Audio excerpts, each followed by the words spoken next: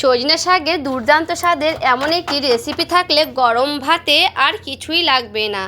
এই দিয়ে এক থালা ভাত নিমেষে শেষ করে ফেলবেন। নমস্কার বন্ধুরা, অমৃতাদি কুকিং চ্যানেলে সবাইকে স্বাগত জানিয়ে আবারও হাজির হয়েছি। তো যে সকল বন্ধুরা ইউটিউব চ্যানেল থেকে দেখছেন তারা প্লিজ চ্যানেলটাকে সাবস্ক্রাইব করে আমার পাশে থাকবেন, আর যারা ফেসবুক থেকে দেখছেন তারা পেজটাকে ফলো করে রাখবেন। স্কিপ না করে পুরো রেসিপিটি দেখার অনুরোধ রইল। তো চলুন রেসিপিটি শেয়ার করা যাক। এখানে দেখুন বন্ধুরা, নিয়ে নিয়েছি সজনে শাক। তো এইগুলো হচ্ছে সজনে শাক চৈত্র মাসে এই শাকের ডাঁটা হয়, সজনে ডাঁটা হয়। আর যেগুলো আমি এর আগে একটা ভিডিও দেখেছি সজনে শাকের, ওটা হচ্ছে 12 মাস হয় সজনে শাক বা সজনে ডাঁটাগুলো। তো এই শাকের কিন্তু খেতে দারুণ লাগে। এই শাকের পাতাগুলো কিন্তু খুবই বড় বড় হয়। তো আমি এই শাকগুলোকে দেখুন খুব সুন্দর করে এইভাবে আমি বেছে নেব। বাছতে তো খুবই সহজ, সবাই কিন্তু পারবে এইভাবে বাছতে। তো এইভাবে কিন্তু শাকগুলোকে বেছে নিতে হবে। তো আমি এইভাবে কিন্তু শাকগুলোকে খুব সুন্দর করে বেছে নিচ্ছি। তো সবগুলো শাক কিন্তু আমি এইভাবে বেছে নেব, তারপরে ফিরে আসছি। এই যে দেখুন বন্ধুরা, সজনে শাকগুলো সবগুলো আমি কিন্তু বেছে নিয়ে চলে এলাম। আর দেখুন এইভাবে কিন্তু বেছে নিয়েছি।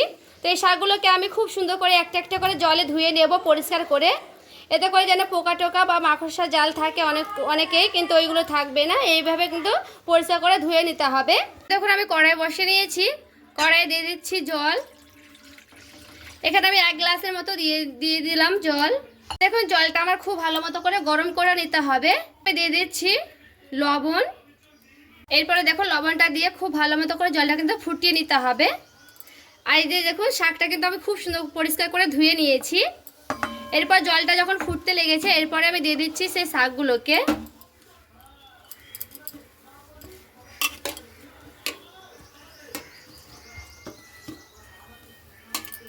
পরে শাকটাকে হালকা করে এইভাবে একটু নাড়াচাড়া করে নিচ্ছি, লবণের সঙ্গে যেন এইভাবে মিশে যায়। তো এখানে আমি শাকগুলোকে হালকা করে সেদ্ধ করে নিতে হবে, কিন্তু এখানে সেদ্ধ করে নেব। তো এখানে দেখুন খুব ভালো মতো করে কিন্তু নাড়াচাড়া করানো হয়ে গেছে। আমি দিয়ে দিচ্ছি ঢাকা দিয়ে একটু রেখে দিলাম সেদ্ধ করা পর্যন্ত। এখানে আমি দেখুন ঢাকাটা উঠিয়ে নিলাম। আর এই ছোট্ট শাক কিন্তু পুরোপুরিভাবে সেদ্ধ হবে না, এইভাবে কিন্তু হালকা করে আমি ভাপিয়ে নিয়েছি। তো এখানে আমি জলটা গেলে নেব, তারপরে আবারও ফিরে আসছি, নামিয়ে নিচ্ছি। তো জলগুলোকে একেবারে ছেঁকে নেব। একটা আলু নিয়েছি, তো আলুটাকে আমি খুব সুন্দর করে ছোট ছোট করে কেটে নিচ্ছি। তো আলুটাকে আমি একেবারে ছোট ছোট করে কাটছি। দেখুন এইভাবে কেটে নেওয়ার চেষ্টা করবেন, একেবারে ছোট ছোট করে। তো আমি এইভাবে কেটে নিচ্ছি, এই যে। তো এখানে আমি একটাই আলু দেব, একটা আলু দিলে কিন্তু হয়ে যাবে।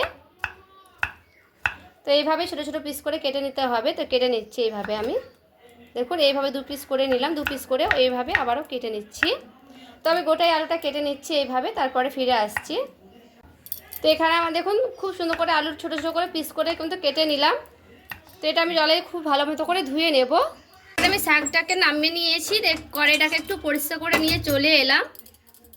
এরপরে দিয়ে দিচ্ছি কড়াইয়ের ওপরে তেল। এরপর দেখুন এখানে তেলটা খুব ভালো করে গরম করে নিয়েছি। এরপরে কেটে রাখা ধুয়ে রাখা আলুগুলোকে দিয়ে দিচ্ছি।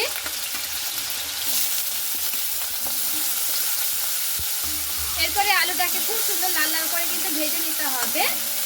সেখানে আমি খুব ভালো মতো করে নাড়াচাড়া করে নিলাম। তো আলুগুলোকে আমি কিন্তু লাল লাল করে ভেজে নেব। এখানে দেখুন বন্ধুরা, আলুটা আমি খুব ভালো মতো করে কিন্তু ভেজে নিয়েছি। তো আলুটাকে এইভাবে কিন্তু ভেজে নিতে হবে।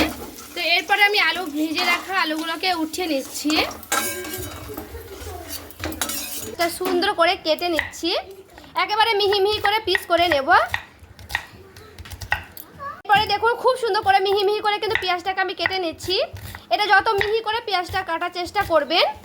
তো এখানে কিন্তু একটু মিহি মিহি করে কেটে নেওয়ার চেষ্টা করবেন। তো এইভাবে আমি কিন্তু ছোটো ছোটো পিস করে কেটে নিচ্ছি। তো আমি এখানে একটা গোটা পেঁয়াজ দিচ্ছি, আমার একটা পেঁয়াজই লাগবে এখানে। এখানে দেখুন আমি পেঁয়াজটা কিন্তু খুব সুন্দর করে কেটে নিলাম। আর এখানে দেখুন আমি প্রায় 4টে থেকে 5টের মতো কাঁচা লঙ্কা নিচ্ছি। তো লঙ্কাগুলোকে আমি আগে ধুয়ে নেব। এখানে দেখুন বন্ধুরা, নিয়ে নিয়েছি 2 পোয়ার মতো রসুন। তো এই রসুনটাকে আমি এভাবে হালকা করে থেতো করে নিচ্ছি। আপনারা চাইলে কিন্তু চপার মেশিন দিয়ে চপার করে নিতে পারবেন। তো আমি এভাবে কিন্তু খুব সুন্দর করে দেখুন নোড়াতে করে মানে একেবারে থ্যাতো করে নিচ্ছি। তো এইভাবে কিন্তু থ্যাতো করে নিতে হবে, এতে করে একটু টেস্টি লাগবে রেসিপিটি। একেবারে কিন্তু পেস্ট করতে যাবেন না, পেস্ট করলে কিন্তু ভালো লাগবে না খেতে। তো এভাবে কিন্তু আমি খুব সুন্দর করে দেখুন থ্যাতো করে নিচ্ছি। খুব সুন্দর করে আমার থ্যাতো করানো কিন্তু হয়ে গেছে। কড়াইয়ে সামান্য করে দিয়ে দিচ্ছি তেল, দিয়ে দিচ্ছি কালো জিরে, দিয়ে দিচ্ছি সে কেটে রাখা পেঁয়াজগুলো। এরপরে পেঁয়াজটা খুব ভালো মতো করে লাল লাল করে ভেজে নিতে হবে। আগে আমি পেঁয়াজটাকে খুব ভালো মতো করে লাল লাল করে ভেজে নিচ্ছি। এরপরে দিয়ে দিচ্ছি থেতো করা রসুনগুলো, এরপরে দিয়ে দিচ্ছি সে লঙ্কা চিরাগুলো। এরপরে সবগুলো দিয়ে খুব ভালো মতো করে ভেজে নিচ্ছি। এখানে পেঁয়াজ রসুনটা খুব সুন্দর করে ভেজে নিতে হবে, যেন রসুনের কাঁচা গন্ধ না করে, সেইভাবে কিন্তু একটু লাল লাল করে ভেজে নিতে হবে। এখানে দেখুন পেঁয়াজটা আমার খুব ভালো মতো করে লাল লাল করে কিন্তু ভাজানো হয়ে গেছে, দেখে বুঝতেই পারছে। এইভাবে কিন্তু লাল লাল করে ভেজে নিতে হবে। এরপরে ভেজে রাখা আলুগুলো কিন্তু দিয়ে দিচ্ছি, এইভাবে সবগুলোই আমি দিয়ে দেব। এখানে আমি দিয়ে দিচ্ছি অল্প পরিমাণে লবণ, যেহেতু আমি কিন্তু শাকের লবণ দিয়েছি, তো এখানে আমি সামান্য করে দিচ্ছি। এরপরে দিয়ে দেব হলুদের গুঁড়া। এরপরে খুব ভালো মতো করে এইভাবে আমি একটু নাড়াচাড়া করে নিচ্ছি। এরপরে খুব সুন্দর করে আমি এইভাবে দেখুন ভাজা ভাজা করে নিয়েছি। তো এখানে আমার কিন্তু পুরোপুরিভাবে রেডি হয়ে গেছে। আর এখানে দেখুন সেই শাকগুলো আমি জল ঝেড়ে নিয়েছি, এরপর আমি দিয়ে দিচ্ছি। জলটা কিন্তু ছেঁকে নেওয়ার চেষ্টা করবেন, এতে করে ভালো হবে। এরপরে শাকটা দিয়ে এইভাবে খুব ভালো মতো করে নাড়াচাড়া করে নিচ্ছি। আর এখানে দেখুন খুব সুন্দর করে কিন্তু আমার নাড়াচাড়া করানো হয়ে গেছে। দেখুন এইভাবে গ্যাসের আঁচটা আমি হালকা করে কমিয়ে দিলাম, কমিয়ে দিয়ে দিচ্ছি ঢাকা। আমি ঢাকনাটা উঠিয়ে নিলাম। আর এই যে দেখুন বন্ধুরা, খুব ভালো মতো করে এইভাবে একটু নাড়াচাড়া করে নিতে হবে। এখানে দেখে বুঝতে পারছেন শাকটা একেবারে কিন্তু গলে কাদা হয়ে গেছে। শাকটা কিন্তু এইভাবেই গলিয়ে নিতে হবে, এতে সেদ্ধ শাকই কিন্তু খেতে বেশি ভালো লাগবে। তো এইভাবে দেখুন খুব সুন্দর করে আমি কিন্তু আবারও নাড়াচাড়া করে নিচ্ছি। আর এখানে আমি ঢাকা দিয়ে প্রায় 2-3 বার একটু নাড়াচাড়া করে নিয়েছিলাম। এখানে দেখুন আলুটা আবার খুব সুন্দর সেদ্ধ হয়ে গেছে, দেখে বুঝতেই পারছেন। এই যে দেখুন আমি এইভাবে একটা খুন্তি দিয়ে দেখালাম। তো আলুটা আমার কিন্তু খুব সুন্দর করে সেদ্ধ করে নিতে হবে। এখানে আমি আরও 1 থেকে 2 মিনিটের মতো একটু এইভাবে নাড়াচাড়া করে নেব। দিয়ে দিচ্ছি চিনি, একেবারে স্বাদ মতো দিলাম, সামান্য করে চিনিটা দিয়ে একটু ভালো মতো করে আবারও 1 মিনিটের মতো একটু নাড়াচাড়া করে নিচ্ছি। এখানে আমার পুরোপুরিভাবে কিন্তু শাকটা রান্না হয়ে গেছে। তো এবার আমি নামিয়ে নিচ্ছি, তারপরে দেখাচ্ছি।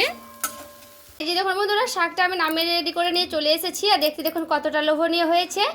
আর এই যে সরিষা শাক দিয়ে কিন্তু 1 থালা ভাত নিমেষে শেষ করে ফেলবেন, খেতেও কিন্তু দুর্দান্ত টেস্টি হয়। এইভাবে একবার হলো সরিষা শাকের রেসিপিটি ট্রাই করে দেখবেন, খেতে দুর্দান্ত হয়। তো আজকের এই শাকের রেসিপি ভালো লেগে থাকলে প্লিজ লাইক কমেন্ট শেয়ার করে দিবেন। সবাই ভালো থাকবেন, সুস্থ থাকবেন। দেখা হচ্ছে আরও একটি রেসিপির সঙ্গে।